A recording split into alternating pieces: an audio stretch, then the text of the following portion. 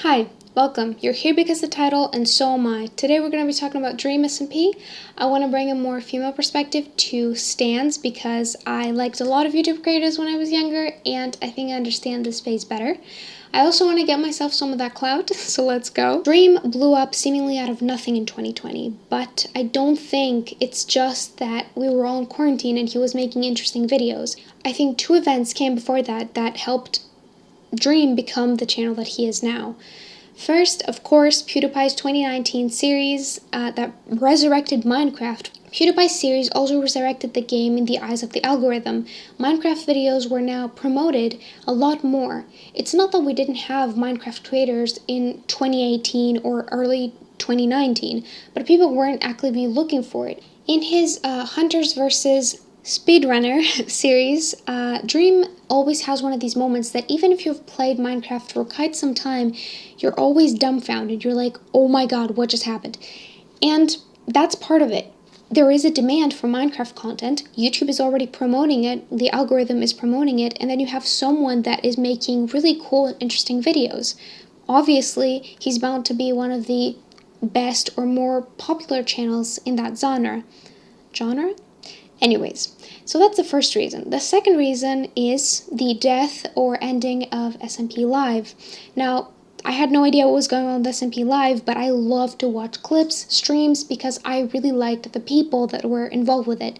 Callmecarson, Noah Hogbox, Jay Schlatt, all, you know who I'm talking about. And now that SMP Live ended, for a lot of us, our recommendations are filled with Dream SMP. I haven't watched a single Dream SMP video, but because I used to watch a couple of Wilbur's videos anyways, I get a lot of recommendations. I get, on my Instagram For You page, clips of what is going on with Dream SMP. I get some random edits. I get recommendations on Twitter, and then some of the creators that I do follow will talk about Dream SMP. So even if you didn't know who Dream was when he was blowing up and everyone was talking about it, you were bound to find out from a different perspective. If you were coming with Wilbur into this new server, or what he was doing, slowly when Wilbur came into Dream SMP, you were bound to find out who Dream was and what Dream SMP was as well. For a lot of people, Dream SMP is the substitute or the successor that they wanted for SMP Live, and with more creators with new characters to play with. And I mentioned this word specifically based on Carson's update live stream that he made back in the day. There's definitely a YouTube video, a re-upload of it, where he mentioned how we should stop looking at creators like characters. It was based on an incident with Josh. I don't want to get into that right now, but this phrase carries a lot of weight that people don't realize. It doesn't matter how much you hear it, it's a really difficult thing to understand, especially if you're younger. It doesn't matter if I sit right now in front of this camera and talk to you. Yes, this seems very immediate. I don't know how to put that into words. I'm right in front of you and I'm talking to you like a friend would, but you don't know me. You don't know what person I am behind the scenes. We've never actually met, and I don't know who you are. I may say that I love my fans, and I do because I enjoy the support and people that come by my live streams. I live stream on Twitch, link down below. I really appreciate every single one of them, and I have spoken to them directly sometimes on my Discord, but there's still a disconnect there. We don't know what type of people we are just because we interact online. Even if you directly talk to someone, you never know what type of person they are. And this parasocial relationship, as Jay Schlatt would call it, is something that Carson and SMP Live worked against. Even if you had stans or fans that were crossing boundaries, they took a step back. They toned it down because they were told to do so, because their creators, their favorite, creators, they weren't comfortable with it. They de-escalated that. And now with Dream SMP, with Dream being in the reins, there's no one to stop them anymore. Dream encourages and thinks that it's fine. There's nothing wrong with that. And I don't think there is something wrong with fans, even with edits and stuff like that.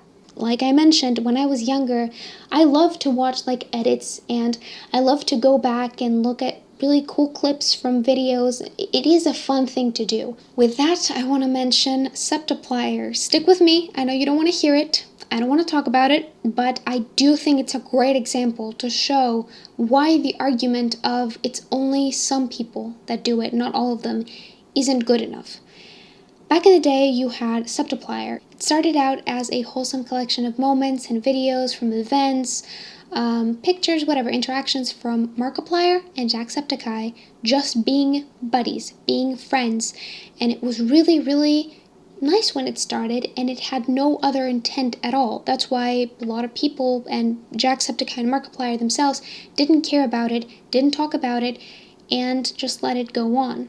But then you had a couple of people, somewhere in the crowd that decided in edits, in fan fictions, to sneak in, I guess you can say, pictures that were just, I don't want to say disgusting, but they were disgusting, where they would sexualize them heavily without thinking that these are real people that have real relationships outside of YouTube, treating them again like characters. And you know what happened? Everybody hates Septiplier now. Even people that, when they, first saw it, like me, were like, fine, wholesome clips, it's okay, it's fine. Absolutely despise it now because it made their creators and people they liked. Like, I really liked Jacksepticeye. I used to watch him a lot when I was younger, and I'll still watch, like, a couple of his videos. Sorry, Jack. But I didn't like that. I didn't like that he was uncomfortable talking about it, and I didn't like that people that were in the same community as me had gone so far, and there's nothing you can do. These people, this small fraction of people, they ruined it for everyone, including myself. They made other fans feel bad. And that is why it's better to not enable that culture in general. It's better to not enable a personal relationship, and it's better to talk out and say, hey, people aren't characters. You can't do that without thinking how it's going to make somebody feel. At the end of the day, I don't know how much it matters. Dream is just another passing commentary topic, and as much as I, hate to say it because it sounds mean, whatever goes up must go down.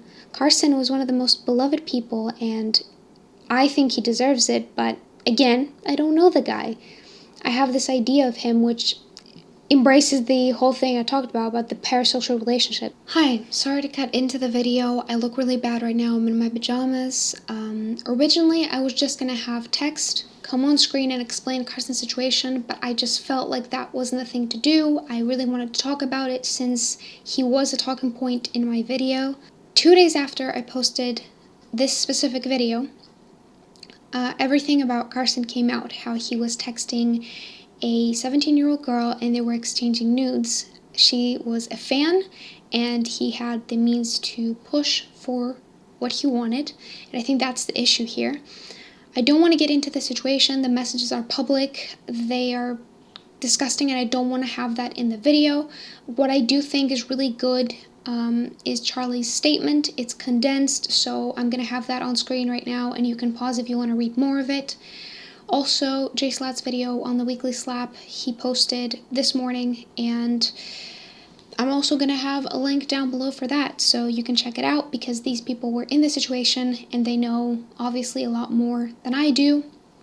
Carson was their personal friend, and they knew him IRL. To talk about the video and what I said, I said how Carson seemed like a great guy, but you can never be sure. I haven't met him.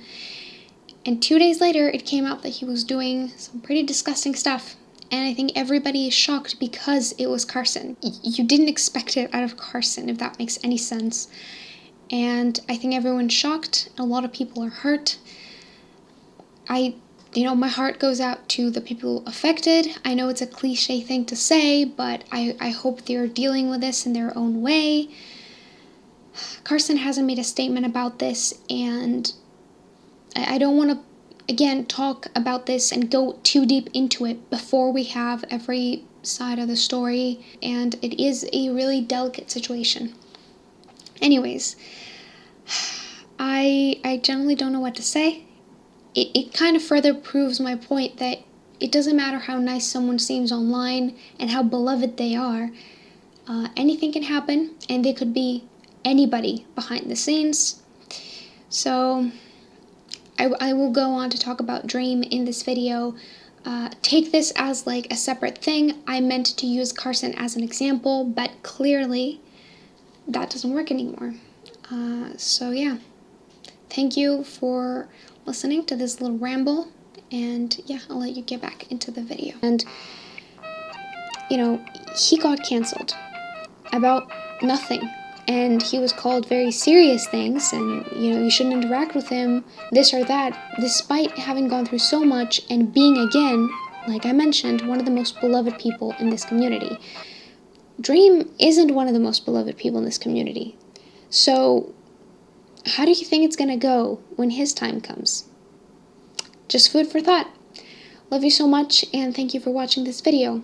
I'll see you in the next one.